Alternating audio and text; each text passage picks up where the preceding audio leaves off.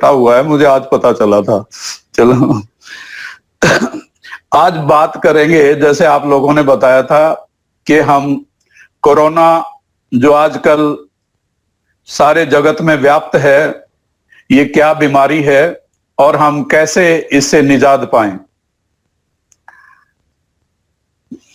देखो, हमारे शरीर में आपको जैसे पता है कीटाणु, विषाणु, जीवाणु, इनके हमले लगातार होते रहते हैं।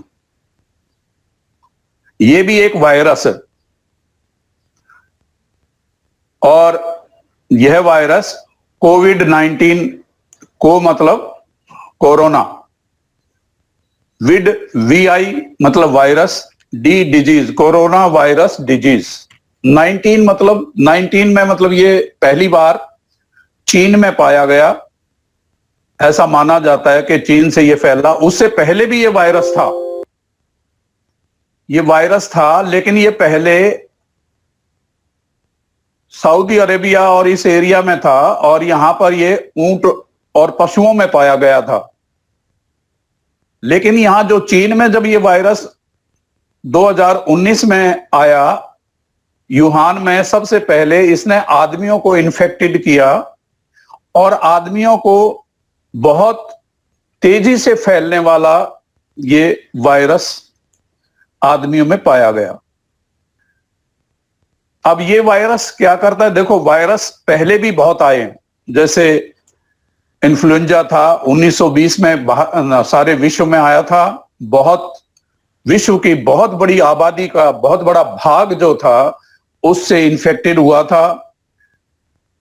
आपके स्मॉल पॉक्स एक वायरस है, उससे आने वाली बीमारियां हैं, लेकिन आदमियों ने, मनुष्यों ने सब पे विजय पा ली है।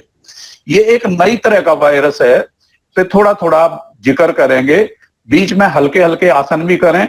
आप लोग काफी देर से मतलब बातें सुन रहे होंगे, आप सब खड़े हो जाएं, एक आसन कर लेते हैं, क्योंकि आज हम इसमें डिस्कस करेंगे कि शरीर की इम्यूनिटी क्या है, वायरस क्या है, हमारे पास क्या क्या समाधान हैं इससे लड़ने के। भारतीय योग संस्थान की योग पद्धति में सबसे पहले हम खड़े होकर आसन करते हैं। इससे मेरे शरीर में ऊर्जा पैदा होती है, मेरे शरीर का आकुंचन, संकुचन, स्ट्रेचिंग, स्क्वीजिंग होती है और मेरा शरीर लचीला बनता है। और ये तीनों ही चीजें आज सबसे अधिक आवश्यकता रहती है शरीर की। अब जरा एक ही आसन करेंगे खड़े होकर आज, क्योंकि आज हम कम आसन करेंगे, बातें ज्यादा करेंगे। दोनों पैर मिला लें, करेंगे अर्धचंद्र आसन। श्वास भरते हुए धीरे धीरे दोनों हाथों को ऊपर उठाएंगे, दाएं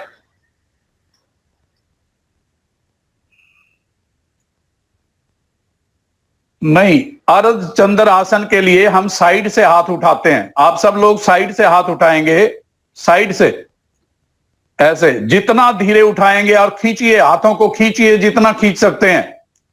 ऊपर हाथों को मिला लें, नमस्ते की मुद्रा बना लें, दोनों हाथ ऊपर मिला लें, ऐसे मिलाएं और ऊपर की ओर खींच दें। श्वास भरते हुए धीरे धीरे दाईं ओर बेंड करेंगे, झुकेंगे थोड़ा सा, लेकिन झुकने पे ध्यान नहीं देंगे, आप खींचने पे हाथों को ध्यान देंगे। अगर जिन्होंने हाथ ऊपर को खींचेंगे तो आपकी चेस्ट के रिब्स खींचेंगे, रिब्स के मध्य में जो कोस्टल मांसपेशियां हैं वो खींचेंगी, आपका स्टेनम खींचेगा, आपका डायाफ्राम खींचेगा और फेफड़ों की शक्ति बढ़ जाएगी। खींचिए और रुकिए 15 सेकंड तक।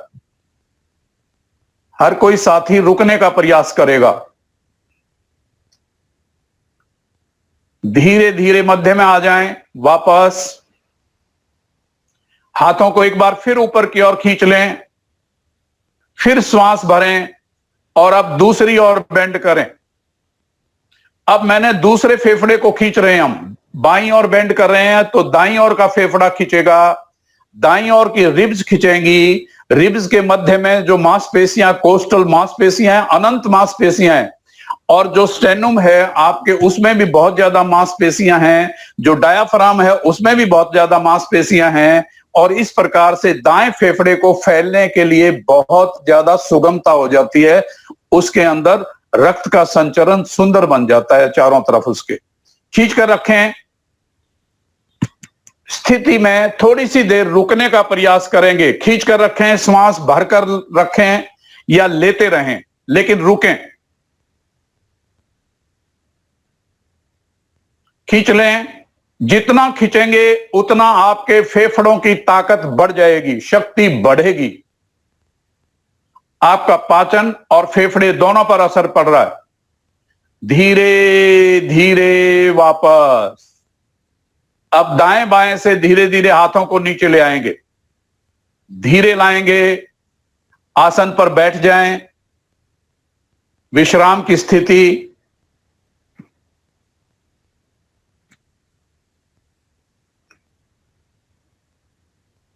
यह जो कोरोना वायरस है, ये अधिकतर हमारे फेफड़ों पर अटैक करता है, और इसको सार मतलब इस वायरस का नाम जो साइंटिफिक नाम है वो है SARS-CoV। SARS मतलब समझेंगे इसको, ये सीवियर एक्यूट रिस्पायरेटरी सिंड्रोम बनाता है। लेकिन जो सार्स वायरस था, ये पहले वाला जो पिछले साल का जो वायरस था, जो 2019 में आरंभ हुआ था, और इंडिया में, भारत में तकरीबन वो अगले साल 2020 के आरंभ में भारत में वो पूर्ण रूप से फैल चुका था। वो आज उसका रूप बदल गया है। वो जिस रूप में था, इसके अनेकों वेरिएंट आज के दिन आ गए हैं। तब वेरिएंट मतलब उसकी भिन्नताएं। हर वायरस की एक ये कमाल की बात होती है कि वो अपने रूप को बदलता रहता है। रूप क्यों बदलता है? वो अपनी आकृति को भी बदलता है, वो अपने रूप को भी बदलता है, वो अपने हमले के तरीके को भी बदल देता है। ये हमारे जो अंदर का इम्यून सिस्टम है उसको धोखा देने के लिए ये वायरस, सारे वायरस करते हैं ये काम, ये नहीं करता, लेकिन ये कुछ ज्यादा कर रहा है। इसमें उसको जो उसको हम कहते हैं प्राइमरी कोरोना। आज वो प्राइमरी कोरोना जो है, उसका आदमियों ने कुछ समाधान पा लिया था, तो उसने अब रूप बदल लिए। अब रूप आप देखोगे कि जो दिल्ली में है वो जो है हमारा उसका नाम है, वो उसके न्यू स्ट्रेन आए हैं, और जो न्यू स्ट्रेन आए हैं वो ट्रिपल म्यूटेंट वेरिएंट्स हैं। मतलब वो 3 तरह के हैं। जो महाराष्ट्र में है वो अलग तरह का वायरस है। उसका वायरस है तो ये सब का बेस तो यही है, लेकिन उसने जो रूप धारण किया है वो डबल स्ट्रेन का वायरस है। वो कैलिफोर्निया के तरफ से आया हुआ वायरस है। पंजाब में दूसरी तरह का वायरस है। वो पंजाब में जो है वो यूके का वेरिएंट है, वो भी डबल स्ट्रेन का वायरस है। लेकिन जो दिल्ली वाला है वो ट्रिपल स्ट्रेन का वायरस बन गया है। उसमें कुछ जो वायरस हैं वो महाराष्ट्र की ओर से आए हुए हैं, कुछ आए हुए हैं पंजाब की ओर से, और कुछ बाहर से। और बंगाल में जो आया है वो है तो ट्रिपल स्ट्रेन का, लेकिन उसका रूप भी बिल्कुल अलग है। लेकिन एक अच्छी बात यह है कि जो ये आपको मैंने समझा दिया कि हमारा वायरस उनसे भिन्न है। अभी थोड़ा थोड़ा भिन्नता है, लेकिन बेस में वो वही वायरस है, SARS-CoV। उसके वेरिएंट अलग अलग बनते जा रहे हैं। और जो हमारे को जो वैक्सीन लगे हैं, जो वैक्सीन सरकार लगा रही है, वो संपूर्ण रूप से अभी भी उनको टैकल करने के लिए ठीक है। लेकिन जो बीमारियां हैं उनको भी समझेंगे। 2 तरह की और बीमारियां हो रही हैं। आपने देखा होगा जिनको वैक्सीन लगे उनको भी ये बीमारी हो जाती है, लेकिन वो इतनी सीवियर नहीं देखी गई कि वो जान ले ले। जो दूसरे वाली है, जो न्यू स्ट्रेन कोरोना वायरस की बीमारी कहलाती है, वो थोड़ी सी डेंजरस है। उसमें ऑक्सीजन बहुत ज्यादा कंज्यूम कर रही है बॉडी, बहुत ज्यादा उसे ऑक्सीजन की जरूरत पड़ रही है। लेकिन जो डबल स्ट्रेन का या ट्रिपल स्ट्रेन का जो पोस्ट वैक्सीन कोरोना वायरस है, वो इतना शरीर पर, इसको कहते हैं पोस्ट कोरोना सिंड्रोम, और तीसरा है री इन्फेक्टेड कोरोना सिंड्रोम। लेकिन ये जो दो हैं, आखिर के दो,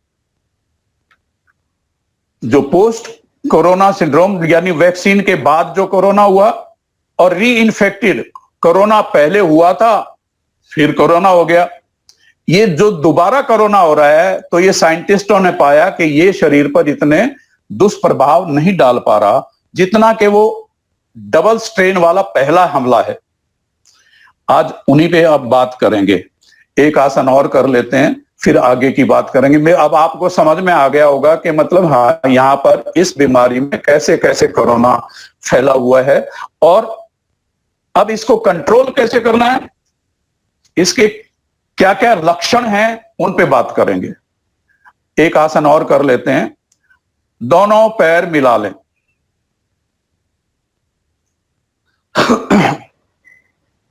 करेंगे कौन आसन? दोनों हाथ पीछे रख लें। श्वास भरते हुए नितंब ऊपर की ओर उठा लें, मध्य से ऊपर की ओर उठा लें।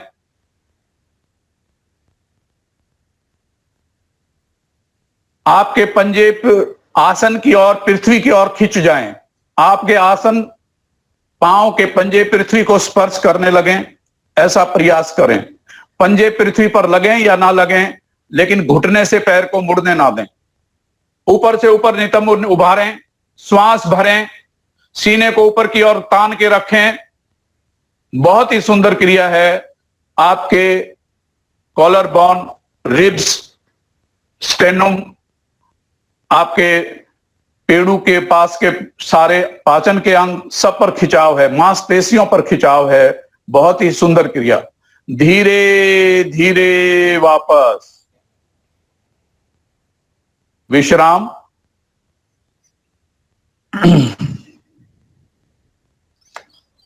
जो आम लक्षण हैं कोरोना के, जो आम लक्षण है, जैसे बुखार का आना, सूखी खांसी का होना, थकान का होना, ये आम लक्षण हैं। गंभीर लक्षण जैसे कि सांस का फूलना, सीने में दर्द होना, बोलने चलने में तकलीफ होना, ये मतलब आपको डॉक्टर की जरूरत होने लगी है। पहले लक्षणों में डॉक्टर की जरूरत कतई नहीं है। ध्यान करेंगे इन बातों पे अब। और कम पाए जाने वाले लक्षण, जो सब में तो नहीं होते, इनको सिम्प्टोमेटिक जो बोलते हैं, वो मतलब हैं जैसे स्वाद या गंध का समाप्त हो जाना, इनका पता नहीं चलता। त्वचा पर कुछों को चकत्ते बन जाते हैं, कुछों को दस्त लग जाते हैं, कुछों को खारिश होने लग जाती है। ठीक है, गले में हमेशा खराश रहती है। ये भी कुछ सिम्टम्स हैं जो कोरोना के हैं, लेकिन इनके लिए आपको चिंता करने की जरूरत नहीं है। आपके पास, आपके घर के अंदर, और ये पाया गया है, जितना घर के अंदर मतलब आप ठीक रहें, कर सकते हैं, उतना आप प्रयास करेंगे हॉस्पिटल की ओर ना भागें। अब अगर आप घर में कोशिश करेंगे कि जो ऑक्सीमीटर है, यानी ऑक्सीजन नापने के लिए पल्स ऑक्सीमीटर जो होता है, उसमें उसको रखें। ऑक्सीजन का लेवल हमारे शरीर में अगर 94 से 100 तक है, तो आपको कुछ भी चिंता करने की आवश्यकता नहीं है। आपको कैसे नापे ऑक्सीजन? जो आपका हाथ, जिस हाथ से आप काम करते हो, उस हाथ की जो पहली अंगूठे के साथ वाली उंगली है, उस पर ऑक्सीमीटर यहां लगाओ, और हाथ को मतलब यूं करके उंगली पे मत लगाना। वो कहीं किसी टेबल पे रख के हाथ रेस्ट करता हुआ हाथ हो, उस पर वो लगानी है आपको मीटर। एक बात। दूसरी बात, 5 लेटे लेटे ही नहीं करना। 5 मिनट तक पहले थोड़ा बहुत घर में टहल लो।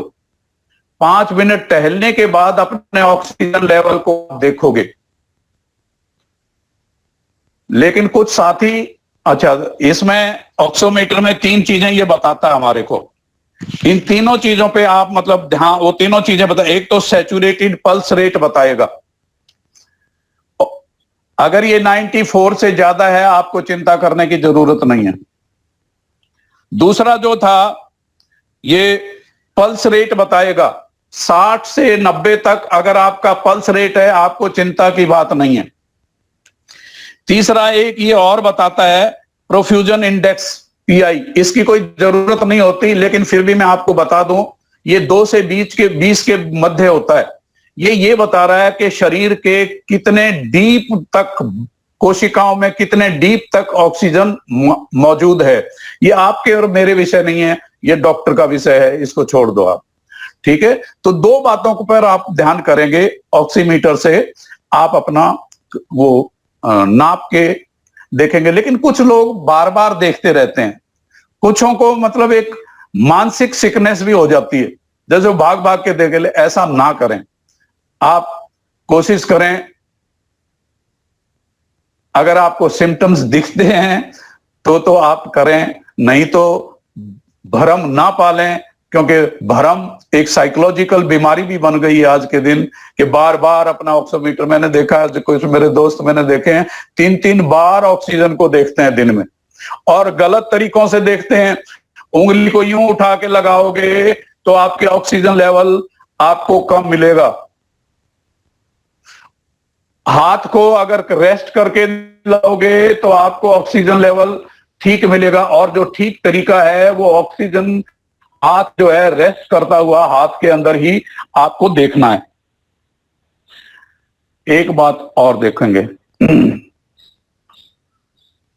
आप कोशिश करेंगे कि डॉक्टर के पास ना जाएं। अगर आपका ऑक्सीजन लेवल 90 से नीचे जाता है तो घर में ही डॉक्टर से बात करेंगे। 94 से 90 तक भी आप घर में कोई बात मत करो, लेकिन आप सावधान हो जाओ। आपको सावधान होकर क्या करना है कि आपको अपने 2 बार नमक के पानी के गरारे करने हैं, 2 बार भाप लेनी है, अपने भोजन को ठीक करना है, अभी उन पे बात करेंगे, और पानी की मात्रा को खूब बढ़ा देना है क्योंकि पानी में भी बहुत ऑक्सीजन है। अगर आप इन बातों पे ध्यान करोगे तो आप खुद देखोगे, हाँ, प्राणायाम और आसन आप अनिवार्य रूप से करते रहें। 90 से नीचे जाने पे आप रेस्ट करेंगे और डॉक्टर की कंसल्टेशन में आ जाएंगे। 80 से अगर नीचे जाता है तो आप हॉस्पिटल की तरफ चलेंगे और ऑक्सीजन लेंगे। ऐसे अननेसेसरी आपको ऑक्सीजन लेने की कतई आवश्यकता नहीं है, क्योंकि ऑक्सीजन जो है वो भी, उसके भी साइड इफेक्ट है, ये ध्यान रखना। ये नहीं है कि वो मतलब जो प्रकृति ने जो ऑक्सीजन मुझे दी है वो ऑक्सीजन ही हमारा लेने का तरीका सबसे बेस्ट है। कुछ लोग मैंने देखा है कि उनको जरूरत ना होते हुए भी ऑक्सीजन सिलेंडर पे चले आते हैं, लेकिन ये कतई गलत है क्योंकि वो प्योर ऑक्सीजन है। जबकि वातावरण हमारे को, मेरे शरीर की जो आदत है वो, आप जब हम वैसे सांस ले रहे हैं, जो इनहेल कर रहे हैं, उसमें जो ऑक्सीजन है वो 20% ही है।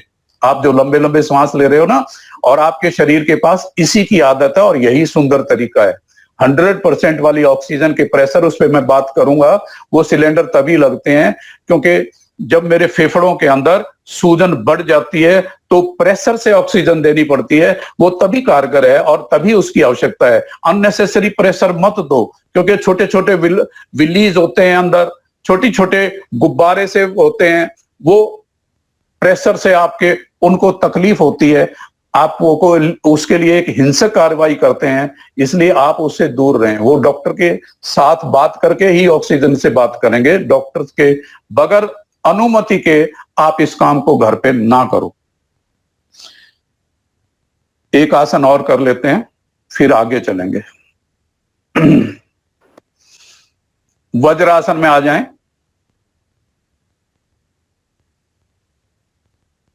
करेंगे उष्ट्रासन। दोनों घुटनों पर खड़े हो जाएं। घुटनों को इतना खोल लें जितने आपके कंधे हैं। दोनों हाथ कमर पर ले आएं। दोनों अंगूठे पीछे मिले हुए रीढ़ पर, उंगलियां आगे की ओर। धीरे धीरे श्वास भरते हुए पीछे की ओर बेंड करें।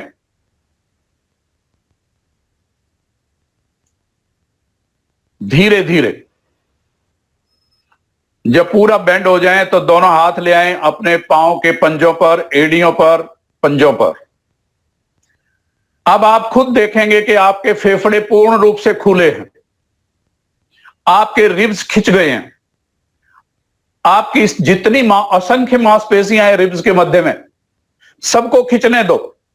जितने इसमें लचीलापन आएगा उतनी फेफड़े की शक्ति बढ़ेगी, ऑक्सीजन लेने की ताकत बढ़ जाएगी। ये बैल के समान शक्ति हो गई अब आपकी। आप लंबे गहरे श्वास भरें।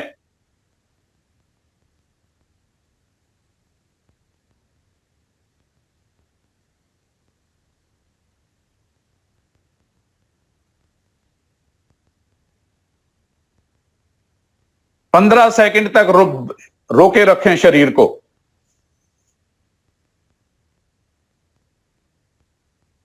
श्वास भरें और श्वास छोड़ें, लंबे लंबे श्वास लें। बहुत सुंदर स्थिति है आपके फेफड़ों की। अगर कोविड छोटा मोटा कहीं है भी तो वो भी चला जाएगा। धीरे धीरे वापस।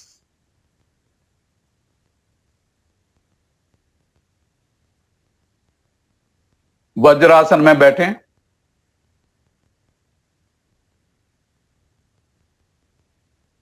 शरीर को शांत करें। गहरे लंबे श्वास लें एक दो, और धीरे धीरे पेट के बल अपने आसन पर लेट जाएं। शिथिल आसन दाईं ओर।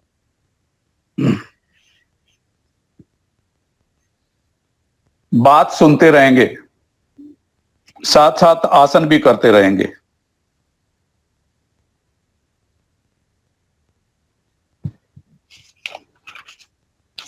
अगर आपकी लेवल नीचे जा रहा है, आप टेस्ट कराइए। अगर आवश्यकता फील करते हैं तब, डॉक्टर कहता है तब, अपनी मर्जी से टेस्ट में मत जाइए। जो आजकल दो तरह के टेस्ट हैं। एक तो जो पहले SARS का जो टेस्ट होता था, वो हमारे को कुछ नहीं बताता कि अंदर कितना वायरस है, वो ये नहीं बता सकता। वो सिर्फ इतना बताता है कि आपके श्वास नली में सूजन है कि नहीं है, और सूजन है तो ये अनुमान लगा लिया जाता है उसके अंदर कि आपके उस जो रैपिड टेस्ट होता है उसके अंदर कि आपकी सूजन जो है वो कोरोना वायरस से ही है। लेकिन जो ठीक टेस्ट है वो है RT-PCR का टेस्ट। RT-PCR का टेस्ट में हमारे अंदर से सलाइवा ली जाती है डीप से डीप में, और फिर इसको टेस्ट किया जाता है मशीन के ऊपर कि कौन सा वायरस है। ये ठीक वायरस को पहचानने का तरीका है। लेकिन इसमें भी कई बार चीटिंग होती है। ये भी एक बहुत लंबा, देखो कोरोना वायरस, हमारी बॉडी जो है वो DNA, उसमें DNA होता है और ये RNA है। पहले जो RT-PCR का जो टेस्ट है, इसको कन्वर्ट करते हैं वो इसके अंदर, और बार बार घुमाते हैं। बार बार उसको, मतलब जो सेंट्रीफ्यूजन के मतलब मेथड से उसको घुमाया जाता है, और उसको देखा जाता है, तकरीबन 35 बार घुमाया जाता है। अगर 35 तक भी ये लोड देखता है कि कोरोना वायरस का कितना लोड आपकी बॉडी पर आ गया है। अगर आप देखोगे, मान लिया लोड ज्यादा है तो 5 बार घुमाने से ही आपको उसको पता चल जाएगा, टेस्ट करने वाले को, कि भैया कोरोना वायरस का तो बहुत ज्यादा लोड है इसकी बॉडी पे। और अगर 20 तक आया तो भाई मीडियम सा है, कोई खास नहीं है। और 30 के ऊपर आया तो वो कह देता है भैया तेरे को तो कोरोना है ही नहीं। आप समझ गए? तो अननेसेसरी के उसमें नहीं करोगे, और डॉक्टर की सलाह से आप वो करोगे। तो आरटी पीसीआर का टेस्ट तभी आप करें जब आपको डॉक्टर ने ऐसा कहा है कि आप टेस्ट करा दीजिए, क्योंकि उसका अनुभव आपके काम आएगा। लेकिन घर पे आपको क्या करना है, आप अपनी दिनचर्या को सुंदर बनाइए। अगर आपका कोरोना है भी तो मैं गारंटी से कहता हूं कि आप उसे विन ओवर कर लोगे। जितना दवाई देखो वहां भी नहीं है, दवाई आपके पास भी नहीं है। आप घर पर जो मतलब तरीके अपनाओगे वो ज्यादा प्रभावी रहेंगे, ज्यादा फायदा देंगे। क्या करना है आपको, अब जरा हम अपनी इम्यूनिटी बढ़ाने का समय तो मैं नहीं कहता कि अब है, लेकिन कुछ चीजें जो मुझे एहतियात के तौर पर करनी चाहिए। सवेरे उठते ही 2-3 गिलास पानी जरूर पियो, कुछ मत डालो उसमें, क्योंकि पानी में कुछ भी डालने से उसका रूप बदल जाता है। कोशिश करो कि वो बॉडी टेम्परेचर से ज्यादा टेम्परेचर का पानी हो, उससे कम का नहीं हो। जो साथी चाय पीते हैं वो ग्रीन टी जरूर पिएं, उसमें अदरक, तुलसी, हल्की सी दालचीनी, ग्रीन टी डालें, हल्का मीठा आप जरूर पिएं, साथ कुछ मत खाएं, आपको फायदा देगी। आसन प्राणायाम अनिवार्य रूप से करें।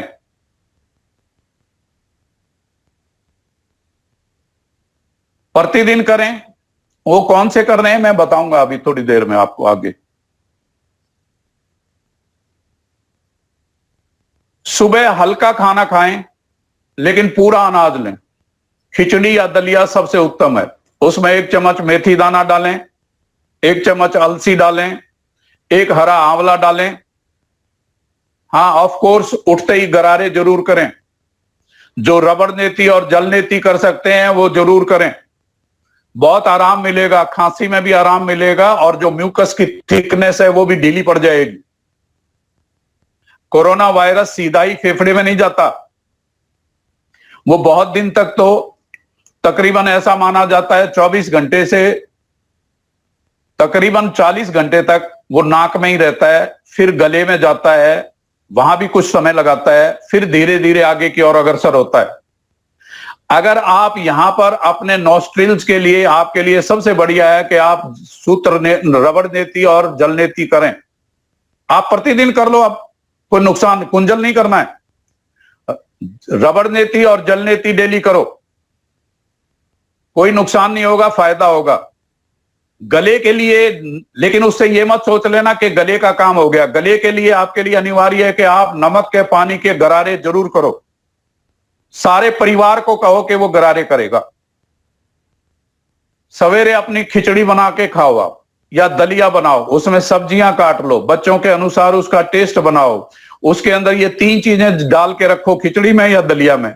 आपने मेथी दाना डाल दिया, आपने अलसी डाल दी, आपने 1 हरा आंवला भी डाल दिया, क्योंकि विटामिन सी की बहुत ज्यादा आवश्यकता है। आंवले की मात्रा ज्यादा भी बढ़ा सकते हो। उसे काटना पीटना किसी चीज को नहीं, ना कूटना पीटना है। ये तीनों चीजें अपने आप उबल जाएंगी उसके अंदर। जब आपकी खिचड़ी उबलेगी या दलिया उबलेगा तो उसमें उबल जाएंगी। आपने देखा होगा दोस्तों, पिछली बार आयुष मंत्रालय बहुत काढ़े पीने की सलाह देती थी ना, बहुत ज्यादा काढ़े पीने की सलाहें थी। अब की बार गौन है वो चीज। क्यों गौन है? मैं अनुभव पे बता रहा हूं ये बात। वो काढ़े पी पी कर लोगों ने अपने लीवर खराब करे। मेडिकल एसोसिएशन ने फोर्सिबली उसको बंद कराया कि ये काढ़े बंद करो। मैंने खुद अनुभव किए, क्योंकि मेरे साथी, मेरे पास ऐसे पेशेंट आए जिनके लीवर के मतलब डैमेज हो गए। ट्रांसप्लांटेशन, लीवर ट्रांसप्लांटेशन की स्थिति आ गई। आप अननेसेसरली काढ़े ना पिएं। मैंने जो आपको बताया है, जैसे आपने अदरक लिया है, लौंग ली है, हल्की छोटी इलायची ली है, तुलसी के पत्ते लिए हैं, ग्रीन टी जरूर लें, क्योंकि ये भी एक एंटीऑक्सीडेंट है। एंटीऑक्सीडेंट मतलब जो वेरिएंट्स हमारे पास आएंगे उनको किल करने में इसके प्रोटीन भी सक्षम है, मानोगे इस बात को। काढ़ों से भी विश्वास ना करोगे, क्योंकि अब की बार देखो, इस बार कोरोना वायरस के सारा कितने ही हमले हो गए, लेकिन आयुष मंत्रालय ने एक बार भी एडवर्टाइजमेंट करके ये नहीं कहा कि काढ़े पियो। समझोगे इस बात को आप। अब ये तो वो नहीं कह सकते कि इससे बीमारियां पैदा हुई हैं, लेकिन बीमारियां पैदा हुई हैं। ठीक है, हेल्दी फूड खाओगे। दोपहर को आप कोशिश करो कि आप अनाज मत खाओ, सिर्फ फ्रूट खाओ। ना सुबह फ्रूट खाओ ना शाम को खाओ, दोपहर को बैठ के खाओ। ये वात पित्त कफ के संतुलन सुंदर बनेंगे। शाम को फिर अपनी चाय पी लो। चाय के अंदर अगर सवेरे आपने अदरक और दालचीनी डाली थी, तो शाम को आप छोटी इलायची, सौंफ, तुलसी के पत्ते को फिर डालेंगे। लौंग बहुत बढ़िया है, इनको डालेंगे। ताल मखाने लो। अननेसेसरी के भोजन नहीं खाओगे, क्योंकि ऐसे करने से मेरी ऑक्सीजन की खपत जो है मेरे पाचन तंत्र पर ही लग जाती है, क्योंकि पचाने में भी ऑक्सीजन कंज्यूम होती है। 25% ऑक्सीजन कंज्यूम होती है आपके भोजन को पचाने में।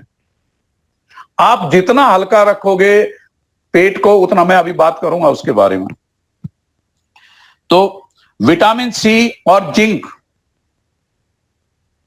ये दोनों की आवश्यकता आपको पड़ेगी। उसके लिए आप कोशिश करो, बच्चों को तो वो वैसे भी खा लेते हैं, जैसे आपका ये है आंवले हैं, हरे वाले आंवले हैं, लेकिन उसके लिए ये नहीं है कि आप मतलब वो खाओगे जो वो चीनी में डबो के आंवले खाते हैं ना, उसको क्या बोलते हैं, वो बात नहीं। आंवला खाओगे जो प्रकृति ने मुझे दिया है, जिस रूप में दिया है उस रूप में। थोड़ा सा शहद मिला लो, उसको कद्दूकस किया, थोड़ा सा शहद मिला लिया और वो कंज्यूम करोगे। विटामिन सी कहते एक आंवले में 7 नींबू के बराबर का विटामिन सी है, तो आप जरूर पियोगे। नींबू वाला पानी पियो। आप ऐसे वो करोगे। रात को, अगर दोपहर को भी आपने खाना नहीं खाया, रात का खाना जल्दी खाओगे, ये अनिवार्य है। अगर सवेरे खिचड़ी दलिया खाया है तो रात को रोटी सब्जी खाओ, और सवेरे अगर आपने रोटी सब्जी खाई है तो शाम को, रात को अपना खिचड़ी दलिया बना लो। ऐसे मतलब अगर आप करोगे तो पेट को कम से कम 2.5-3 लीटर पानी आवश्यक पियोगे दिन में। खाते हुए कोई पानी नहीं पीना। 2 बार गर्म नमक के पानी के गरारे जरूर करो, 2 बार भांप लो। आपको कोरोना है भी तो आपका कोरोना चला जाएगा। ये बातें थी। अब जरा एक आसन और कर लेते हैं, फिर आगे बात करेंगे। अपने पेट पर आप लेटे हुए हैं, दोनों पैर पीछे मिला लें।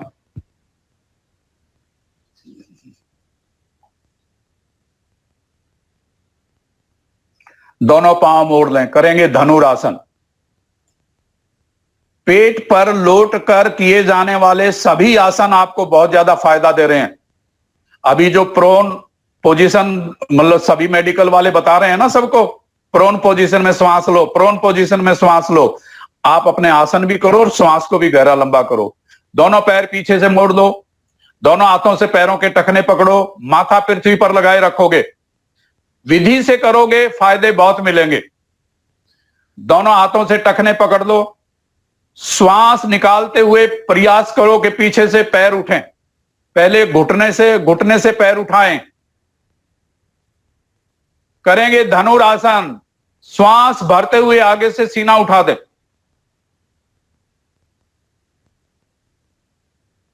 आपके फेफड़े खुल गए हैं। जो मेरी रिब्स रीढ़ से जुड़ी हुई थी वहां पर बहुत सुंदर प्रभाव आ गया है। गर्दन को पीछे से पीछे की ओर खींच लें। घुटने उठाकर रखें। श्वास भरकर रखें या लेते रहें।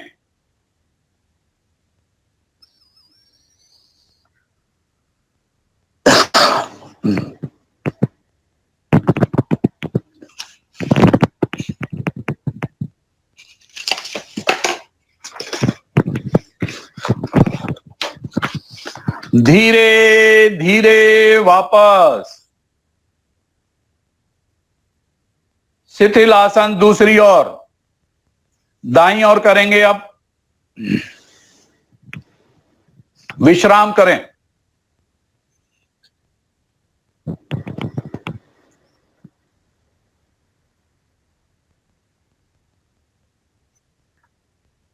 हमारे शरीर के अंदर एक ईश्वर ने बहुत बड़ी शक्ति दी है। हमारे पास एक इम्यूनिटी पावर है, प्रतिरोधात्मक शक्ति। ये प्रतिरोधात्मक शक्ति मेरे कई अंग मिलकर करते हैं, ये किसी एक का अंग का काम नहीं है। इसमें मेरी सलेस्मा, म्यूकस मेम्ब्रेन्स, मेरे लीवर के स्राव, मेरा रीढ़, मेरे फेफड़ों में आई ऑक्सीजन, मेरे अंदर जो हार्मोन्स का संतुलन है वो, मेरे अंदर जो कोलेस्ट्रॉल के लेवल हैं वो सब मिलकर मेरी इम्यूनिटी को तैयार करते हैं। आज अब थोड़ा सा इम्यूनिटी पे बात करेंगे कि क्योंकि अब आपने देख लिया होगा कि जिसकी इम्यूनिटी स्ट्रांग है, ठीक है, और वो योगाभ्यासी को, साधक के लिए बहुत सरल काम है। इन बातों को देखेंगे। अगर आपका शरीर चुस्त दुस्त है और उसमें आलस से आप नहीं रखते, आप ठीक तरह से अपना भोजन करते हो, इनका बहुत बड़ा रोल है। इम्यूनिटी लेवल को ऐसे इम्यूनिटी लेवल नहीं बढ़ते दोस्तों। कोई ये सोचे कि किसी गोली के खाने से इम्यूनिटी लेवल बढ़ जाएगा, कोई ये सोचे कि किसी तरह का गिलास का मैं नुस्खा एडॉप्ट करके या उसको पीकर मैं मतलब इम्यूनिटी बना लूंगा, ऐसा संभव नहीं है। अगर आप देखोगे, मान लिया आप एक चीज देखो, जो शरीर जितना क्लीन है अंदर से, उसकी immunity level, the highly clean body will carry the highly effective immunity. सीधा सिद्धांत है। क्लीन बॉडी कैसे रखनी है, आप ध्यान करेंगे इस बात का। अगर आपकी बॉडी में अननेसेसरी फूड पड़ा हुआ है, वो कुपोषण पैदा करेगा, आपको दुखी करेगा, आपकी इम्यूनिटी के पास पावर नहीं रहेगी। आपकी इम्यूनिटी के, आपके शरीर के, देखो शरीर दो काम करता है, समझोगे शरीर का फंक्शन। अभी एक मैं वेद में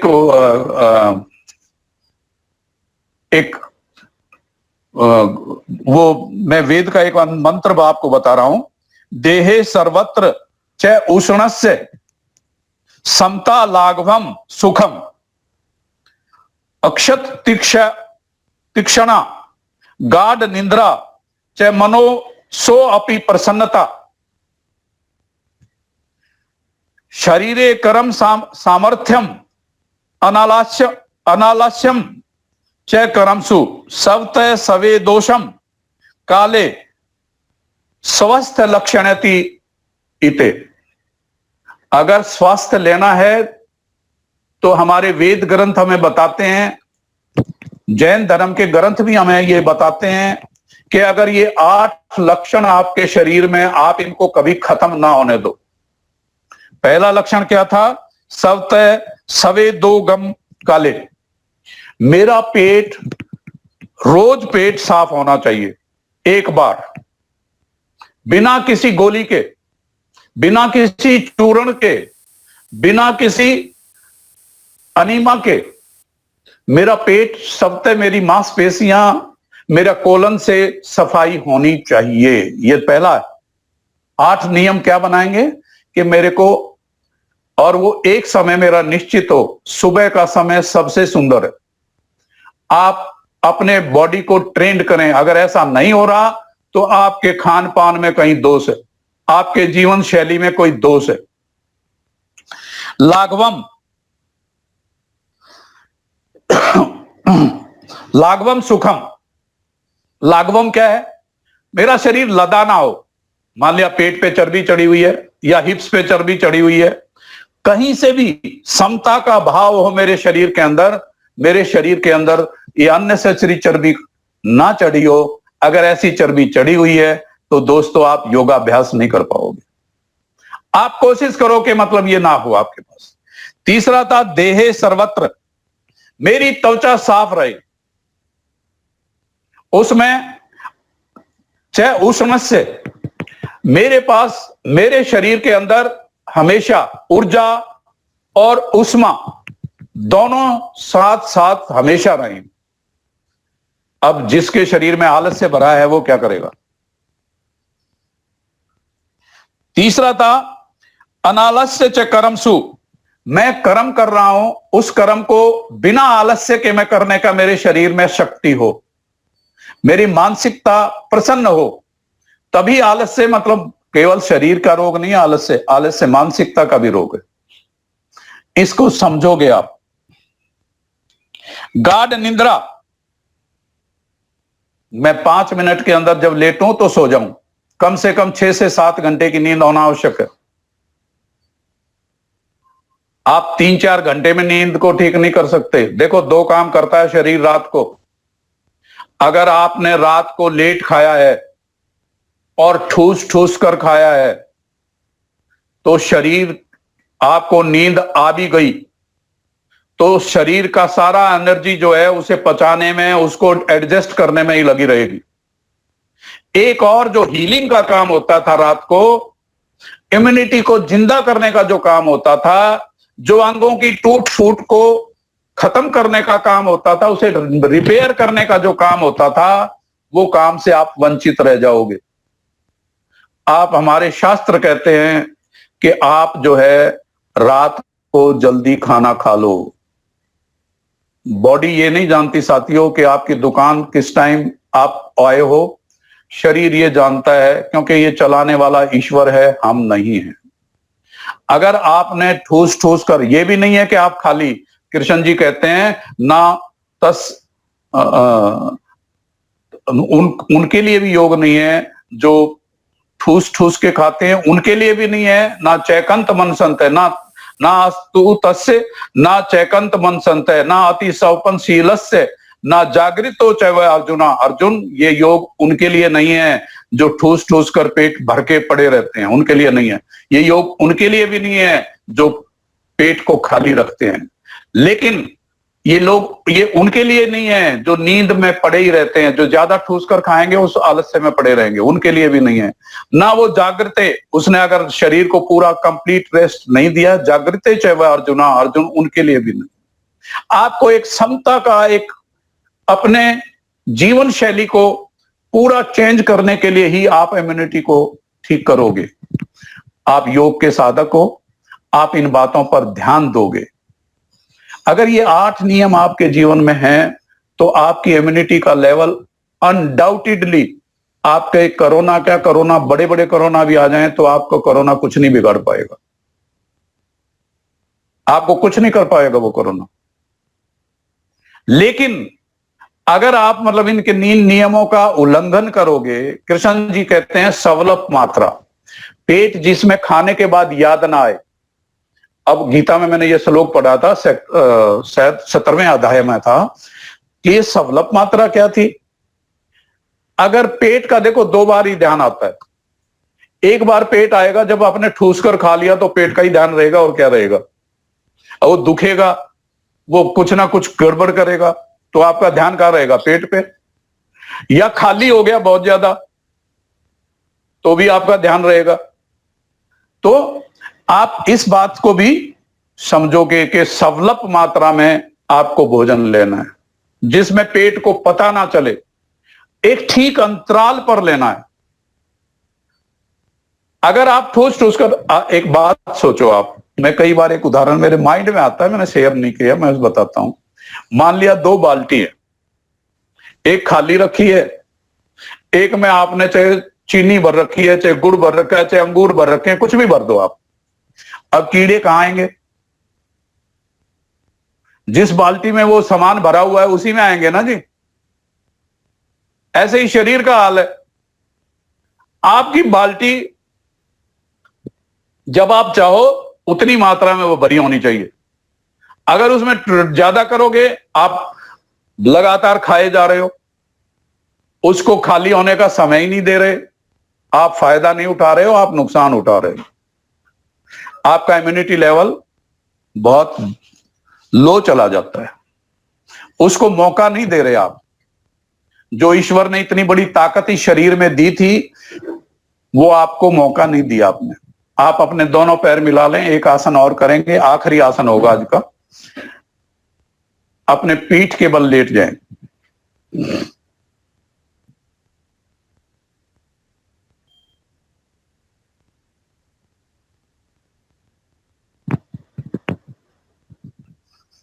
करेंगे पादोत्तान आसन। दोनों पैर खींच कर रखें, पांव के पंजे खींच कर रखेंगे। श्वास भरते हुए हाथ पीछे ले चलें।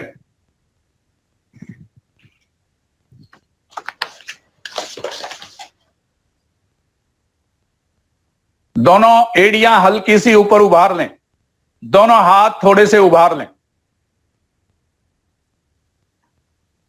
श्वास भरते हुए दायां पांव बायां हाथ बहुत धीरे धीरे ऊपर उठाएंगे। जितना धीरे उठाएंगे उतना पेट प्रभावित होगा, जितना उतावले होकर उठाएंगे आपको कोई फायदा नहीं होगा।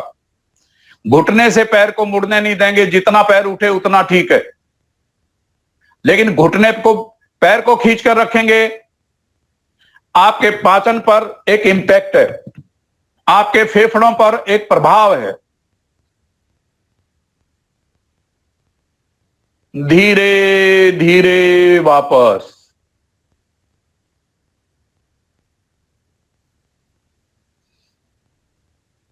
अब दायां पांव बायां हाथ दूसरी ओर से बहुत धीरे धीरे उठाएंगे। जितना धीरे उठाएंगे उतना लाभ पाएंगे। स्थिर सुखम आसनम।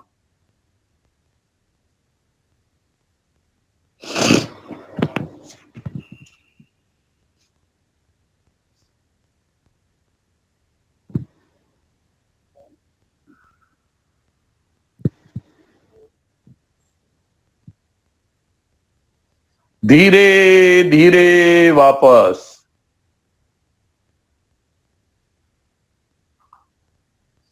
श्वास भरते हुए दोनों पांव दोनों हाथ घुटने से पैरों को नहीं मुड़ने देंगे, झटका मारकर पैर नहीं उठाएंगे।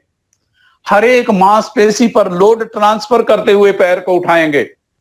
पैर खींच कर रखें ऊपर।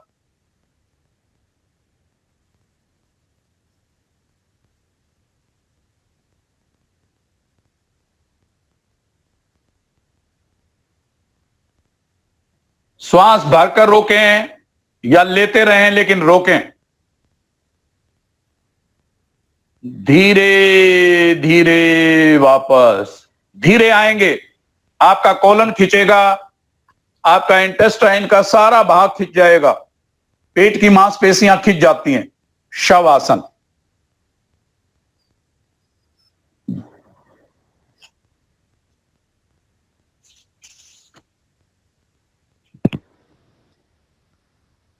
शरीर को ढीला रखें।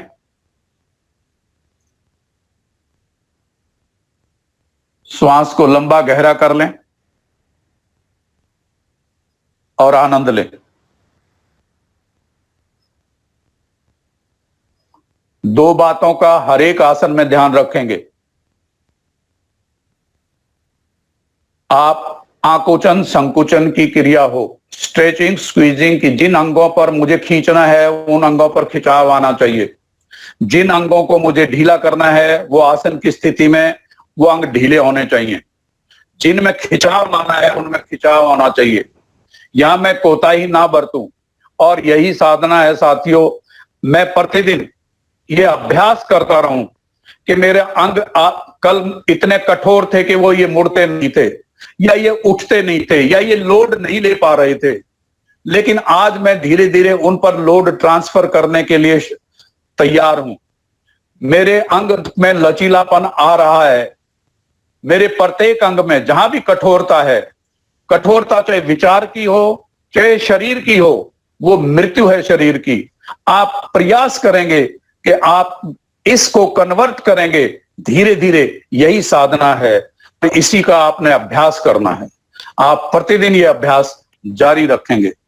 यही भारतीय योग संस्थान का एकमात्र मनोरथ है। आप दोनों पैर मिला लें, दाईं ओर करवट लेते हुए उठकर बैठ जाएं।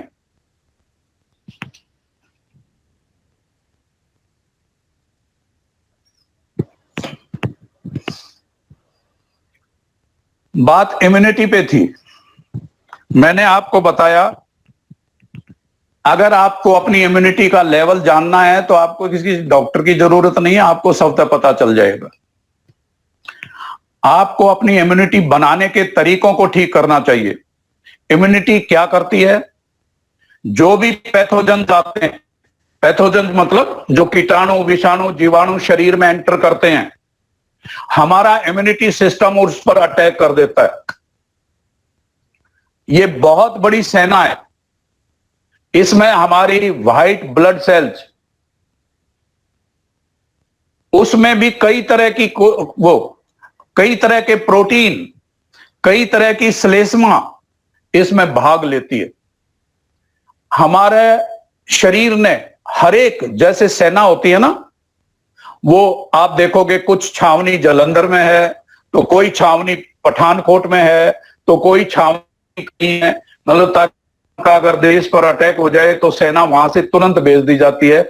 इसी प्रकार इम्यूनिटी जो लिम्फ्स हैं, उसके माध्यम से शरीर की रक्षा के लिए चारों तरफ एक सजग प्रहरी की तरह घूमती रहती है। जो मेरा लिम्फ तंत्र है उसके अंदर, लसिका तंत्र के अंदर मेरी इम्यूनिटी पूर्ण मात्रा में है, और उसकी मेमोरी भी सेपरेट है। आप कमाल की बात देखोगे, अगर आपके शरीर पर कोई पैथोजन, किसी कीटाणु, विषाणु या वायरस का हमला कभी हुआ था, कभी स्मॉल पॉक्स हुआ था, तो आज आपकी इम्यूनिटी को पता है कि स्मॉल पॉक्स क्या होता है, चाहे वो 50 साल पुरानी बात हो गई हो, वो अपने अंदर स्टोर कर लेती है। आज कोविड वाले का यही समस्या है कि ये एक नया वायरस है। हमारी इम्यूनिटी इसके लिए ट्रेंड नहीं है। हमारी इम्यूनिटी को, उसकी मेमोरी में ये वायरस नहीं लिखा हुआ। अगर स्मॉल पॉक्स होगा या हैजे का आएगा या मलेरिया के वायरस आएंगे, तो वायरस नहीं, वो मतलब पैरासाइट्स हैं, वो डिफरेंट चीजें हैं। जो स्मॉल पॉक्स के हैं, जो चिकन पॉक्स के हैं, मतलब इन चीजों के लिए आपकी इम्यूनिटी पूरी तरह से तैयार है। इन्फ्लुएंजा के हैं, तैयार है। ये इम्यूनिटी कैसे काम करती है? इसमें इम्यूनोग्लोबुलिन होते हैं, वो आईजीजी और आईजीएम, दो इम्यूनोग्लोबिन बहुत ही, जो व्हाइट सेल के ही भाग होते हैं। इसमें किलिंग सेल्स होते हैं जो दूसरे को मारने के लिए तैयार रहते हैं। तीन टाइप के सेल्स होते हैं जो इम्यूनिटी में उसके अटैक को, हर अटैक को सहने की ताकत रखते हैं। लेकिन आपके ये जो सजग प्रहरी हैं, अगर सैनिक को चुस्त दुस्त रखना है तो आपको आलस्य, आपको अपने पाचन तंत्र, इन सबको चुस्त दुस्त साथ साथ रखना पड़ेगा। इसीलिए मैंने आपको ये वेद मंत्र का, ग्रंथ का ये बताया था। अगर इम्यूनिटी बढ़ानी है दोस्तों, तो ये नहीं है कि शरीर में मनमानी चीजें को डालते रहो और इम्यूनिटी बढ़ जाएगी, ऐसा नहीं है। जितना शरीर को क्लीन रखोगे अंदर से, मतलब जितना माइंड में बेकार की बातें ना भरोगे, क्योंकि वो भी शराब पर मेरे असर डालती हैं, वो मेरी इम्यूनिटी को वीक करती हैं। मैं जितना पेट में अननेसेसरी भोजन डालोगे, वो भी जो ईश्वर ने दिया वो भोजन खाओ, कोशिश करो। जो मौसम लेके आया वो भोजन खाओ। ये 5 तत्व का शरीर उसकी मर्जी से बना हुआ है। उसकी पवित्रता ऐसे ही रखो जैसे कृष्ण जी ने कही है, आहार तू अपि सर्वस्य त्रिविधि भूतो प्रिया। इस सारे ब्रह्मांड में कृष्ण जी कहते हैं कि 3 तरह से आहार को लेना चाहिए। कौन से?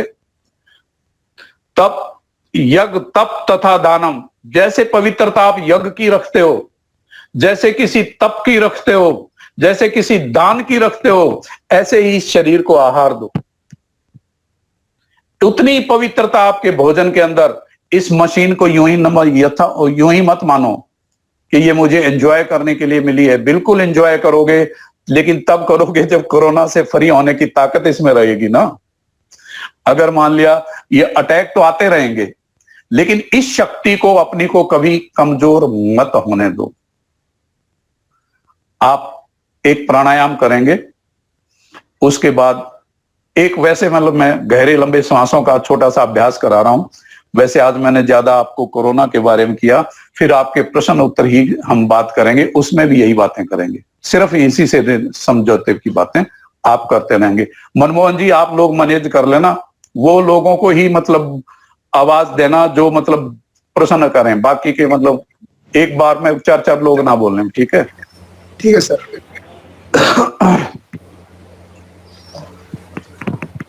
देखो, मैं प्राणायाम का, जैसे मैंने आसन का एक नियम बताया था, आसन कोई सा भी हो, लेकिन आसनों के बाद प्राणायाम करोगे। तस्मिन सति श्वास पर श्वासो गति विच्छेद प्राणायाम। मैं अनुसरण करूं अपने योग मुनियों का, उन भगवान का जिन्होंने योग दिया, शिव ने और कृष्ण ने और ऋषि मुनियों ने मुझे ये योग दिया। मैं उसी पवित्रता से इसको अपने को इसको निभाऊं, उसी डेडिकेशन के साथ मैं अपना अभ्यास करूं।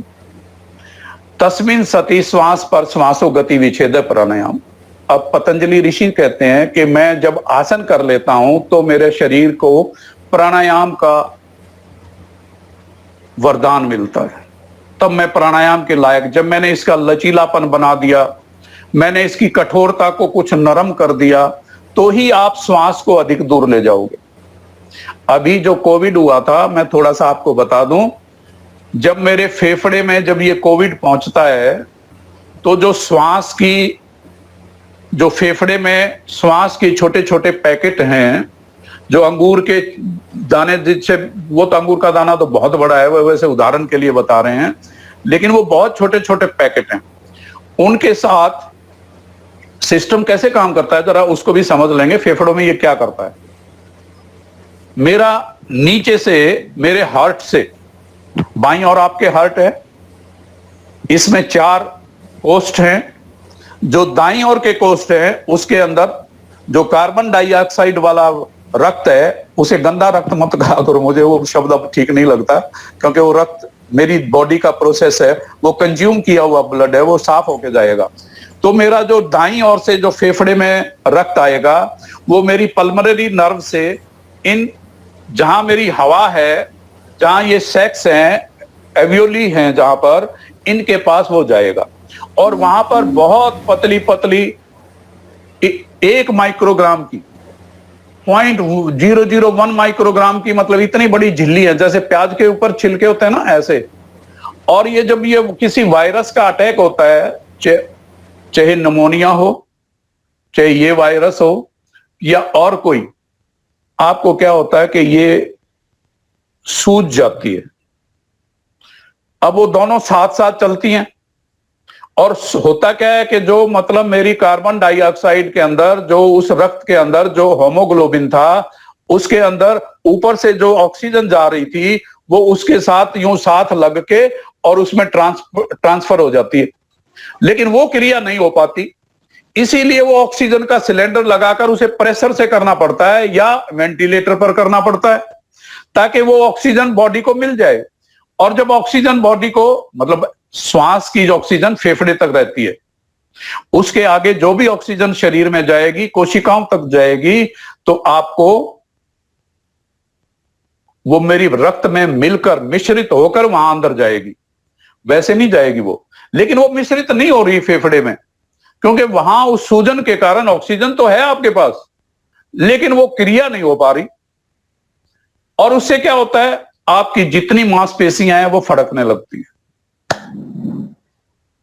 आपके जितना शरीर का तंत्र है वो सारा बेचारा, क्योंकि श्वास ही नहीं है उसके पास, वो क्या करेगा, वो निर्बल हो जाता है।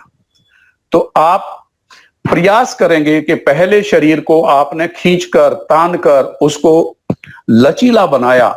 जितनी जो भी शरीर की अवस्था है, आप आसन करते हो तो अनिवार्य रूप से उसमें लचीलापन आता है। और उसमें श्वास लेने की जो क्रिया है, वो दूसरे श्लोक में कहते हैं, पहला क्या था कि श्वास पर श्वास, फिर मैं श्वास और निकालने वाले श्वास की दोनों की गति का जब विच्छेद करने लगता हूं तो श्वास जो है प्राणायाम बन जाता है, नहीं तो श्वास ही रहता है।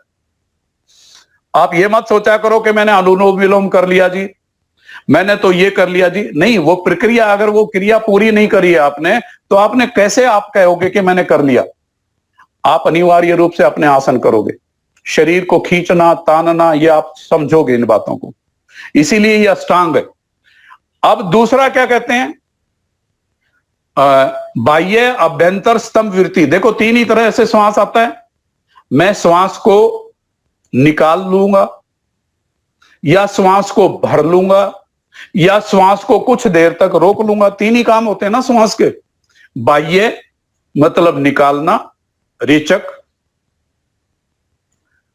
अभ्यंतर भरना, अंदर लाना यानी पूरक, और बाह्य अभ्यंतर स्तंभ वृत्ति यानी कि उसको वहीं का वहीं रोक देना।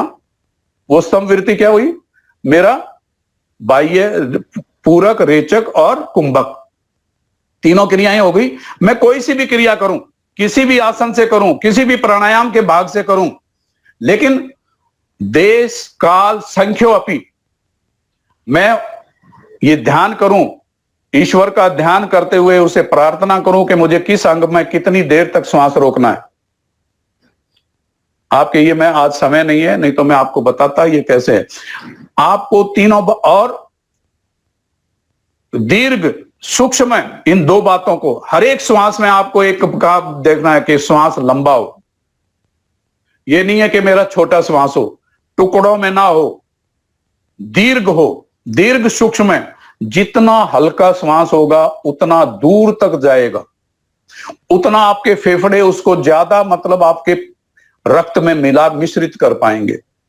आप इन बातों पर ध्यान करेंगे और यही अभ्यास रखेंगे।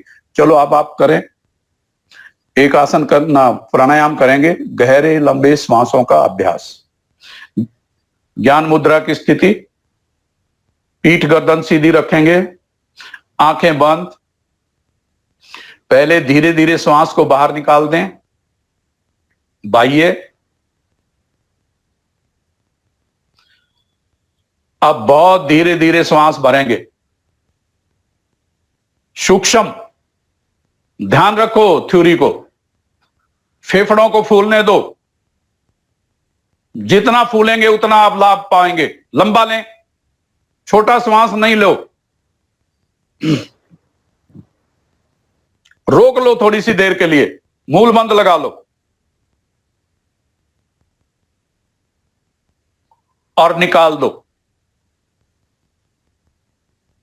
निकाल कर फिर मूल बंद लगाओ, फिर रोक दो थोड़ी सी देर के लिए, फिर लो। करने के विधि को, विधान को समझोगे, आपकी इम्यूनिटी। कैमरा कैसे ऑन हो गया जरा देखिए।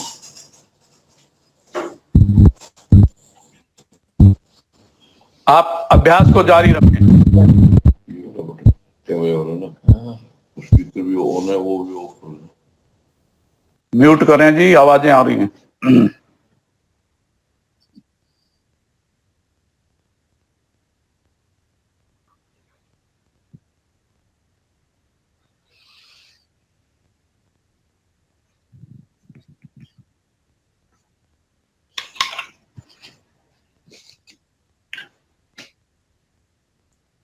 अभ्यास जारी रखें।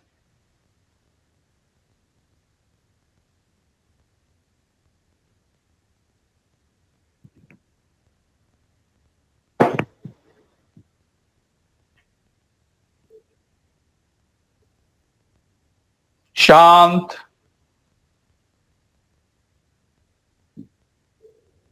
श्वास भरेंगे, ओम की ध्वनि होगी, उसके बाद आपके प्रश्न उत्तर लूंगा मैं। श्वास भरें लंबा,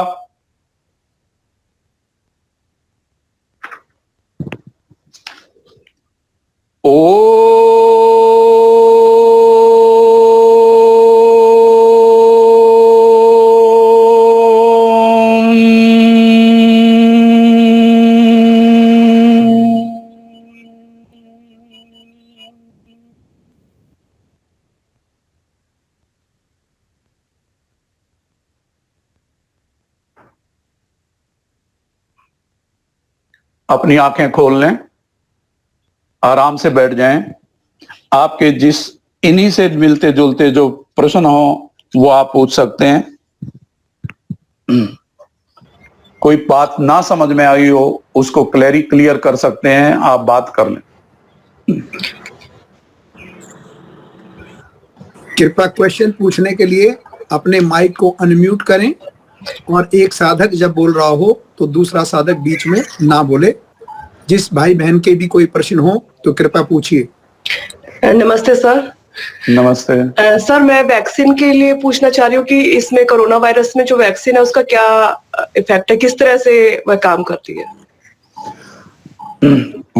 देखो, कोरोना वायरस के कोई भी वैक्सीन हो, वैक्सीन का एक होता है कि बॉडी एंटीबॉडीज को डेवलप करना बॉडी में, और फिर मतलब हमारी इम्यूनिटी को उस पर हमला करने की अपॉर्चुनिटी देना। वो किसी बीमारी को दूर करने के लिए नहीं होता, वो हमारी जो एंटीबॉडीज हैं उनको जागृत करने के लिए, वायरस को किल करने की शक्ति के लिए, और दूसरा उसकी मेमोरी में उसे स्टोर करने के लिए कि इस तरह का वायरस का अटैक आ सकता है तो इम्यूनिटी को, बॉडी की इम्यूनिटी को क्या करना है। किसी भी वैक्सीन का सिद्धांत यही है।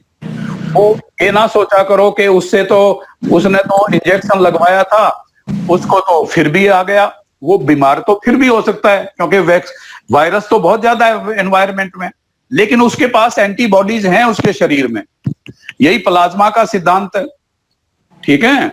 वो एंटीबॉडी को मेमोरी में स्टोर करने के लिए और एंटीबॉडीज को डेवलप करने के लिए बनाया है, ठीक है। थैंक यू जी। दूसरा क्वेश्चन पूछें। सर ये ब्लड को पतला करने के लिए क्या कोई योग क्रियाएं प्राणायाम कर सकते हैं हम? और उसके लिए क्या खाना पीना चाहिए जी? ब्लड को पतला करने के लिए खूब पानी पियो, हल्का खाना खाओ, आपका ब्लड ठीक हो जाएगा। कोई भी मेडिसिन ब्लड को पतला नहीं करती, जरा ध्यान करोगे। हमारे अंदर जो शरीर में, मान लिया आपको चोट लग गई तो आपका शरीर में विटामिन के होता है ब्लड में। वो विटामिन के क्या करता है कि वो मतलब उसको उस थक्का जमा देता है वहां पे, ताकि ब्लड वहां से उसका शरीर से हनन ना हो।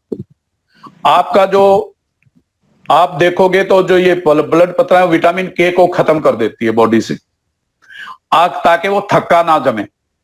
वो अंदर क्योंकि ऐसे हो जाते हैं हमारे शरीर में कई जगह पे, जैसे खासकर जहां हमारी कैपिलरीज हैं, माइंड में, हार्ट के पास, आंखों के पास, जहां बहुत पतली पतली नसें हैं, वहां पर कई बार ऐसा पतला जो जिसमें विटामिन के नहीं है, वो ब्लड वहां से आराम से मतलब थक्का नहीं जमता, नहीं तो कई बार थक्के जम जाते हैं, जिससे कि हमारे को शरीर में नसें फटने का खतरा हो जाता है। एक चीज मैं कहूं, आप पानी की मात्रा बढ़ाओ, आप चीनी मीठे को कम करो, आप नमक मिर्च मसालों को, गरिष्ठ भोजन को खत्म करो, आपको बैलेंस रक्त का वो मिलेगा, आपको मतलब ब्लड खुद पतला हो जाएगा। और जितना भी ये ब्लड पतला करने की मेडिसिन है, ये ध्यान रखना शरीर में कमजोरी भी लाती है, ठीक है जी। चलो हाँ जी। नेक्स्ट। एक जी, बलगम ठीक करने के लिए क्या कर सकते हैं जी? पानी पियो, गरम, गरारे करो, हल्का भोजन, जैसे प्रोटीन की मात्रा को रिड्यूस करो, जो लैक्टोज के प्रोटीन है जैसे दूध, दही, पनीर, ये बलगम बढ़ाएंगे।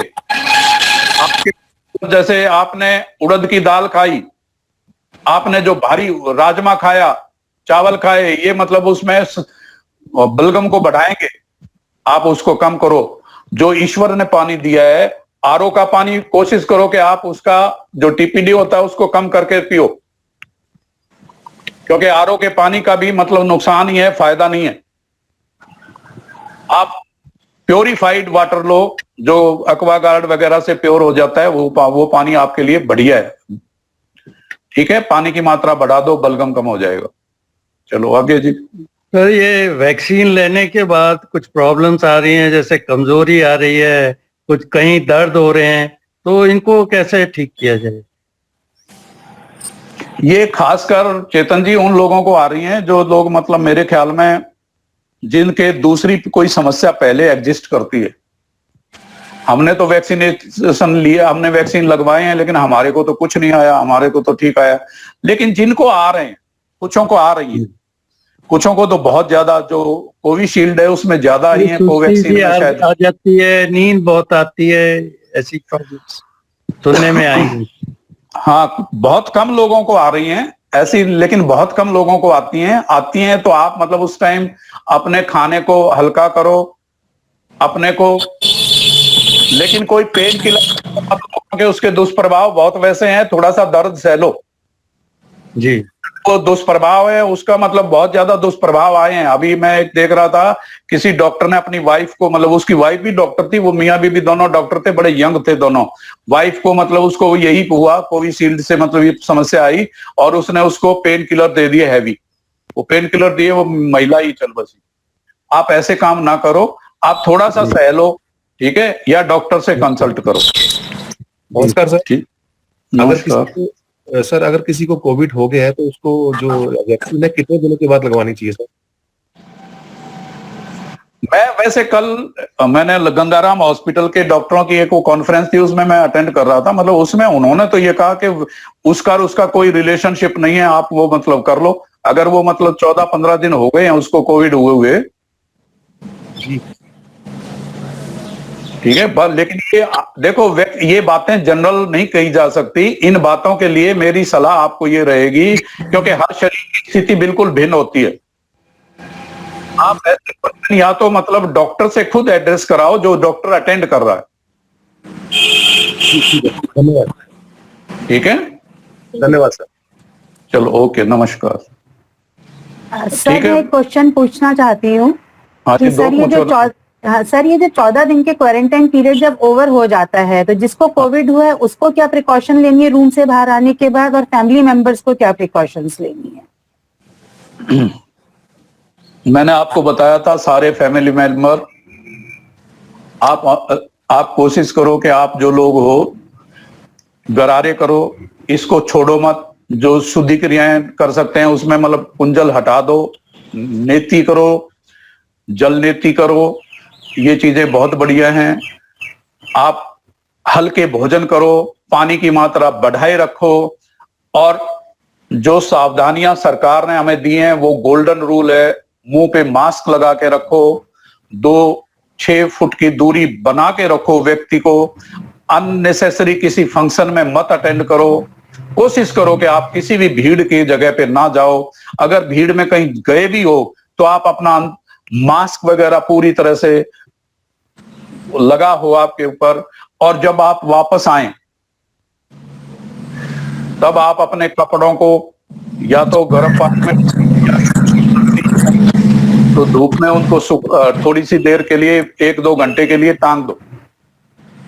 सर जो क्वारंटाइन पीरियड पूरा करके रूम से बाहर आ रहा है उसको क्या घर में कुछ दिन मास्क लगा के रहना चाहिए? उसको जरूरत नहीं है, उसके एंटीबॉडीज डेवलप हो गए, वो बिल्कुल आम आदमी है फिर। अच्छा जी, धन्यवाद। बल्कि उसकी शक्ति बढ़ गई है, ये ध्यान रखो। जो कोरोना को क्वारंटाइन रह के जीत के आ रहा है उसकी ताकत बढ़ चुकी है। धन्यवाद सर। सर मेरा एक सवाल है। हाँ जी। सर आपने अभी बताया था कि सुबह नाश्ते में सर दलिया और खिचड़ी के साथ आंवला दिया जाए, बट सर हमें ये पता है कि आंवला जो है वो विटामिन सी का प्रचुर स्रोत है और वो कुकिंग करने पर नष्ट हो जाता है, तो सर फिर उसमें तो पोषक तत्व रहेंगे ही नहीं। देखो एक बात बताऊं आपको, विटामिन सी ना तो बॉडी स्टोर करती है, ना ही बॉडी में वो रहता है। पानी पियोगे तो भी विटामिन सी चला जाता है, बाकी के विटामिन स्टोर कर लेती है बॉडी, लेकिन विटामिन सी का दुर्भाग्य यही है कि विटामिन सी स्टोर नहीं रह पाता। अब आपने आंवला उबाला और आपने खाया, क्योंकि वो उसका जो कसैला स्वाद है वो लोगों को भाता नहीं, बच्चे नहीं खाते उसको। अगर आप उबालोगे तो पानी में वो जो तत्व हैं वो जितने भी हैं, वो मतलब जितने बचे हैं वो आपके उसी पानी के अंदर या उसी तत्व के अंदर कुछ बचे हुए होंगे। मैं मानता हूं कि वो उबलने से उसके तत्व नष्ट होंगे, लेकिन उसको खाओगे कैसे? नहीं तो कोशिश करो, आपका मतलब कुछ भाग उसका नष्ट हो जाएगा, लेकिन आपका मेजोरिटी में भाग आपको वहीं मिल जाएगा। इसीलिए मैंने कहा है खिचड़ी में डालकर उबाल कर करो। बहुत से लोग वैसे उबाल के घर में रख देते हैं,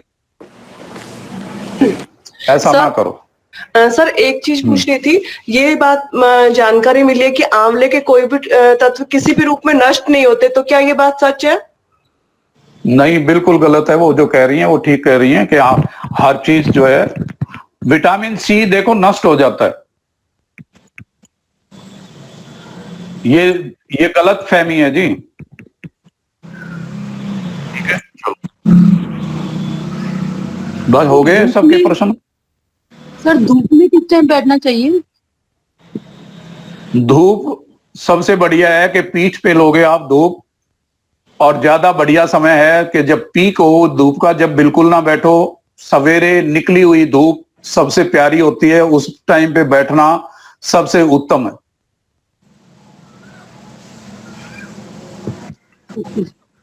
ठीक है जी।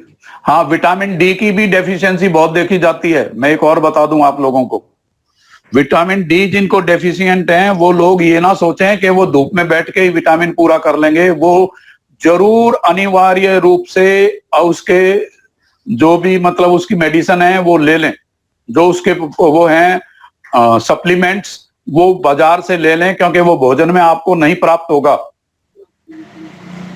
डॉक्टर की सलाह से उसको लोगे आप, ठीक है। जितना उसने पीरियड बताया उतने दिन तक विटामिन डी, क्योंकि विटामिन डी अगर बॉडी में पूरा नहीं है तो कैल्शियम की मात्रा बॉडी वहां से उसका सिंथेसिस नहीं कर पाती और आपको दुख दे देती है।